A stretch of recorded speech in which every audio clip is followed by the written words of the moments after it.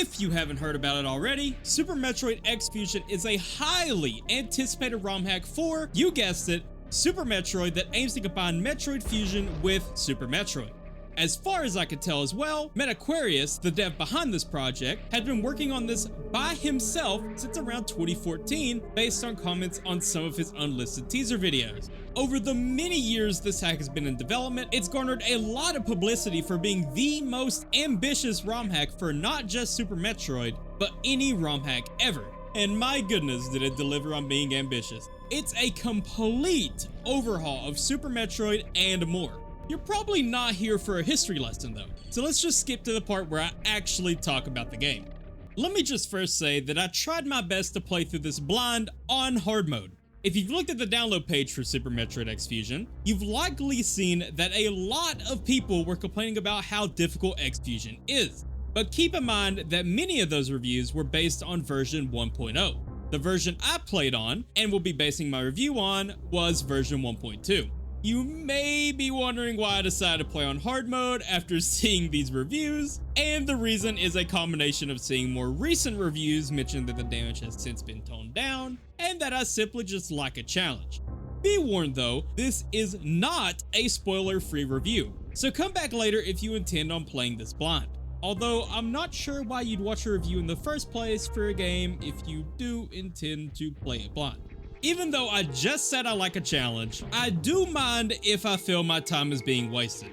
The intro, at least on hard mode, is an example of something that I feel doesn't respect my time. But before I go on a rant, allow me to note the differences between the hard mode intro and the normal and easy versions, as most of what I'm about to rant about pertains to the hard mode of the intro only. The first major difference is that you do actually need to fight and kill the Omega Metroid. In normal and easy, you can lose to the Omega Metroid, and this still activates the escape sequence, albeit you'll be at 1 health. The next difference is that the escape from Sector 0 takes you through an alternative path depending on your difficulty as well, with hard taking you through an SAX chase sequence with really tight platforming, whereas normal and easy do not. Back to my rant about the hard mode intro. The Omega Metroid, my god, is so frustrating to kill without looking up a video of someone else beating it. Look, I know it's hard mode, and it is partially my fault for immediately jumping into hard mode before normal and easy, but that still doesn't excuse what is basically just bad design overall. In normal Metroid Fusion, you simply walk up, crouch, and shoot it in the chest. In X-Fusion, the collision box for its chest is ridiculously small, so good luck trying to kill it that way. I spent roughly 10 minutes trying to kill the Omega Metroid the intended way before I immediately had to give up on playing through totally blind and look up someone else beating it so I could copy their strategy.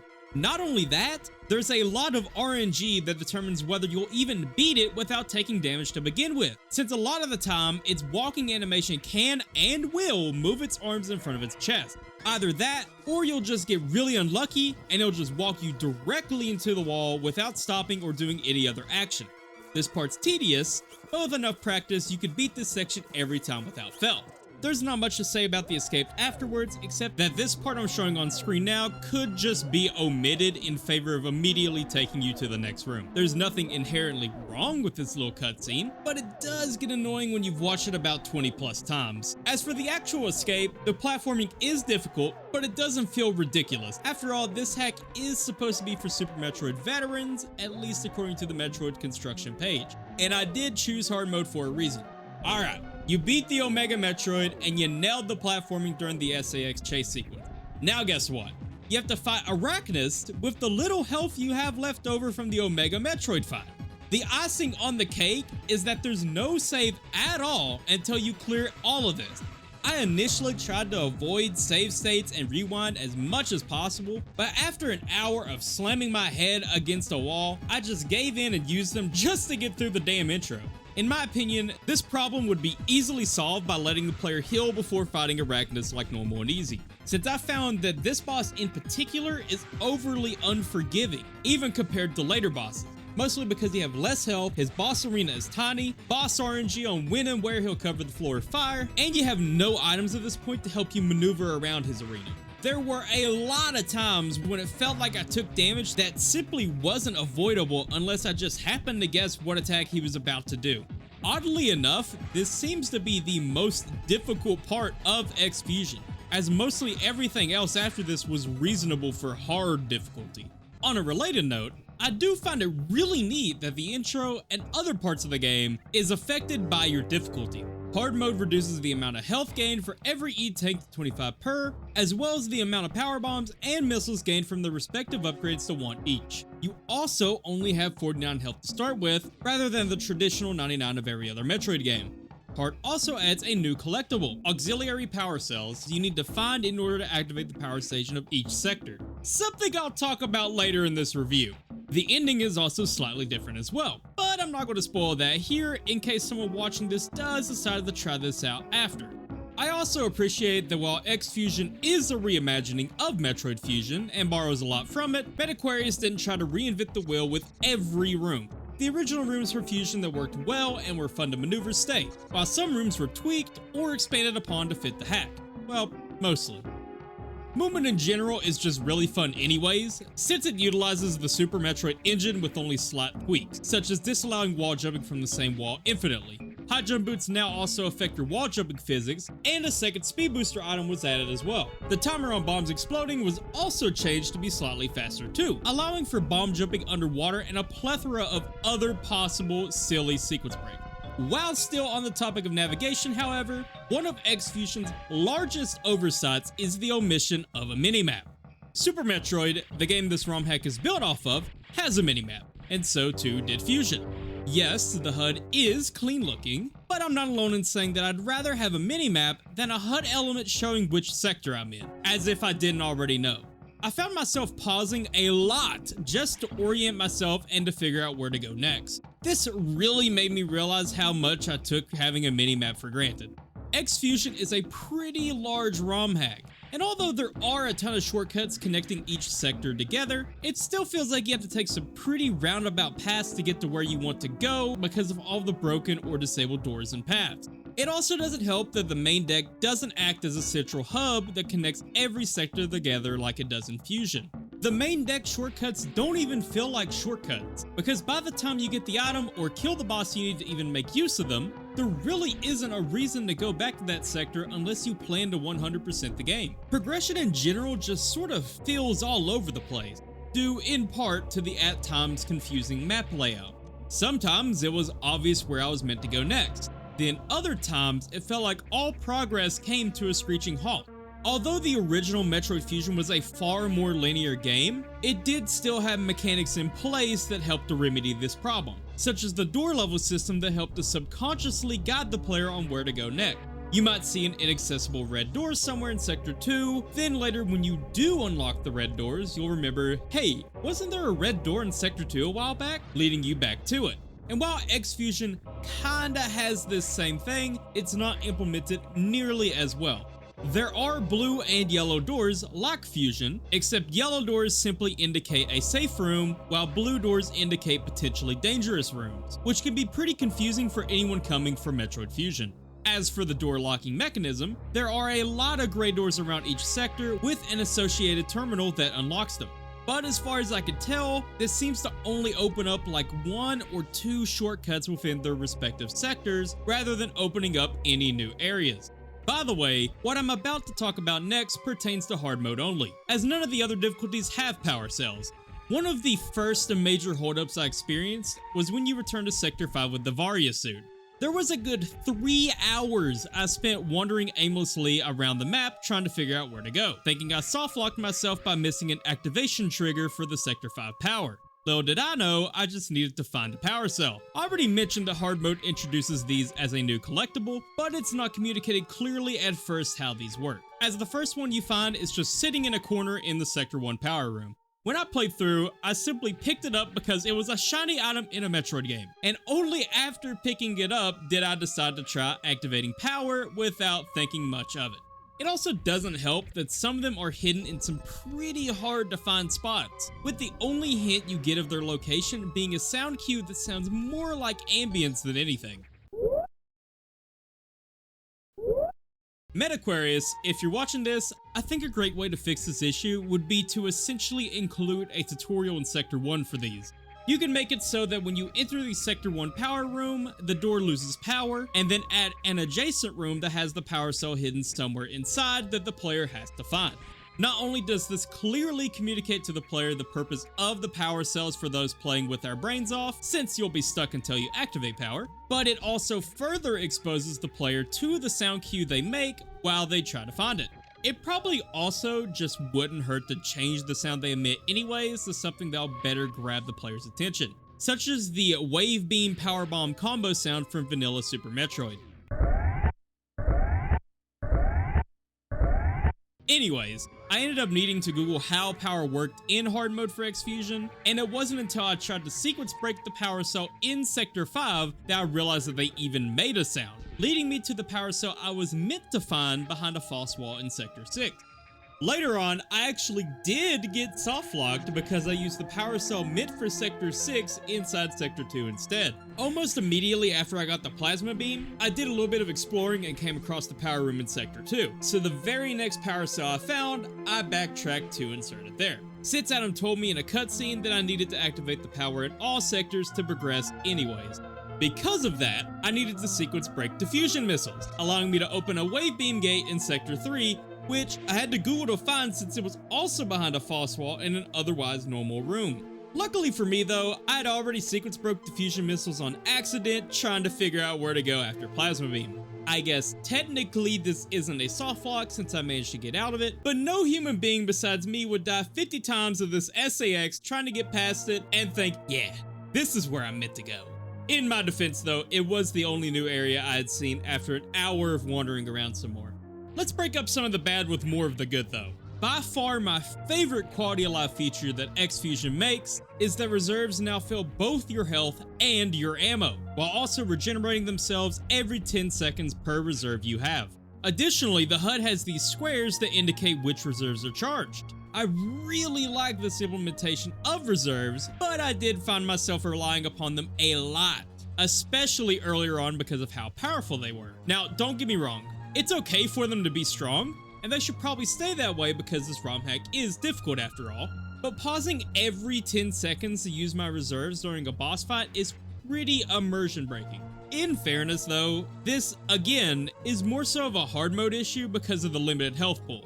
It would be nice, however, to have a button combo I could press to activate my reserves without having to pause every time. Speaking of bosses, all of the ones from Metroid Fusion, and even some from Super Metroid, return in X-Fusion as well, with most featuring brand new mechanics to enhance their difficulty, or being overhauled almost completely like Dragon X. Metaquarius has stated on their blog before that the bosses are the stars of the hack, and it shows. The bosses in X-Fusion actually felt difficult in a fun way. Taking damage from boss attacks is far more punishing. If you just try to face tank attacks, at least on hard difficulty, you'll die ridiculously fast. It also makes sense as far as the story goes as well, since this is Samus at one of her lowest points. So bosses and the SAX would be very scary. Difficulty seems fairly divisive among the people who played X-Fusion, however, with a lot of people faulting the game for overly relying on trial and error for many of the bosses and SAX chase/stealth sequences. As far as the bosses are concerned though, I feel that Metaquarius struck a good balance in making the bosses difficult,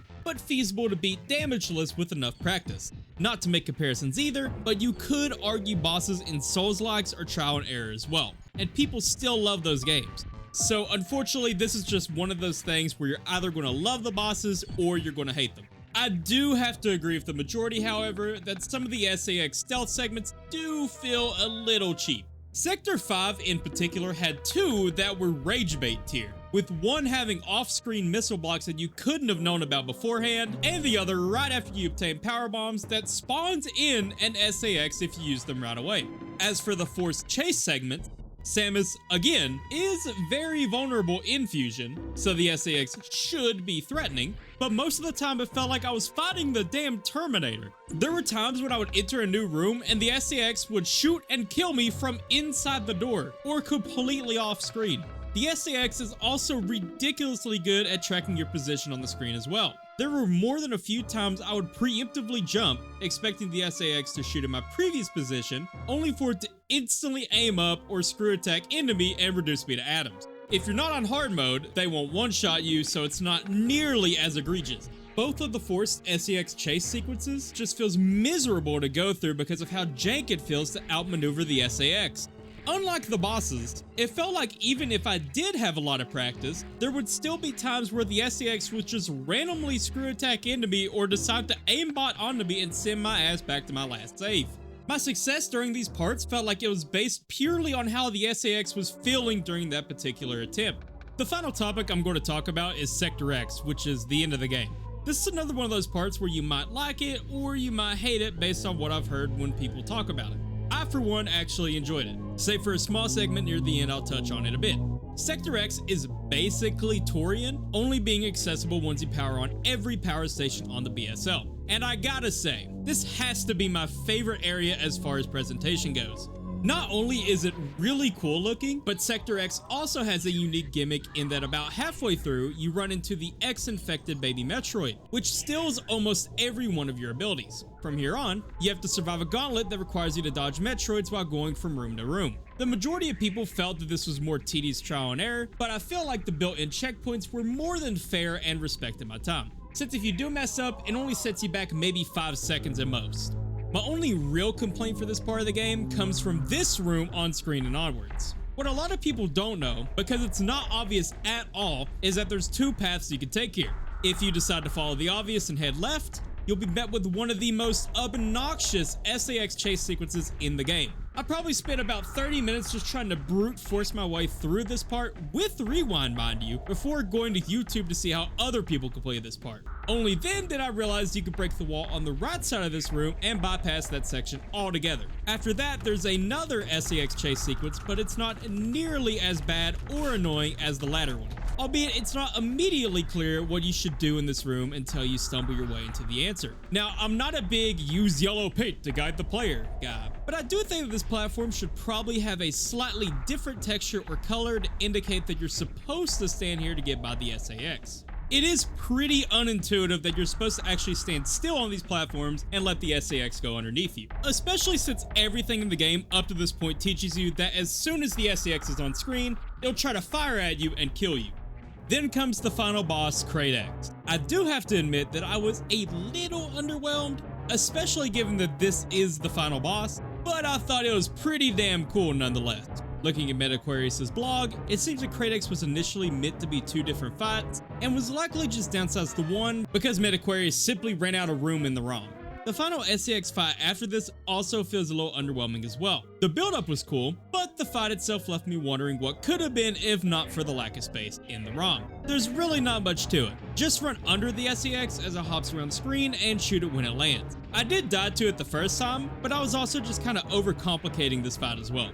The final escape sequence is really cool too, having you fight your way through an army of SAX with the new disruptor beam that can actually kill them. But I do wish the checkpoint for this segment was placed after you speak to Adam. Even though you can kill the SAX here, this part is still fairly challenging because of the limited health pool on hard, and the SAX do still fight back. It did start to get a little annoying having to talk to Adam every time I died. Although you could skip cutscenes like this by pressing select, the ending changes, at least I think it does, based on your dialogue choice with Adam here, and you don't get to make that choice if you skip the cutscene. Overall, I have to say this is a fantastic ROM hack, and I highly recommend you give it a try. If you do decide to start with hard mode like I did though, you'll definitely want to make use of save states and rewind. Although it seems like I spent more time talking about the bad than the good, it's because Metaquarius has been putting forth a lot of effort into addressing people's concerns through regular update.